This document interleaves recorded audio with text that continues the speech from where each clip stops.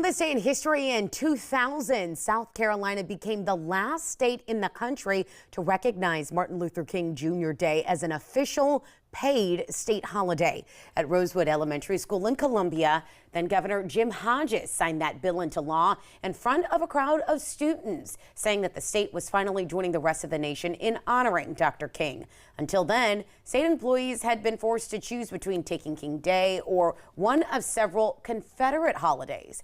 The same law that added MLK Day to the state calendar also wrote May 10th, Confederate Memorial Day, into law as a state holiday, a compromise that civil rights leaders, including the NAACP, strongly opposed. Still, that May 1st signing marked a turning point. For the first time, all 50 states officially recognize Dr. Martin Luther King Jr. Day.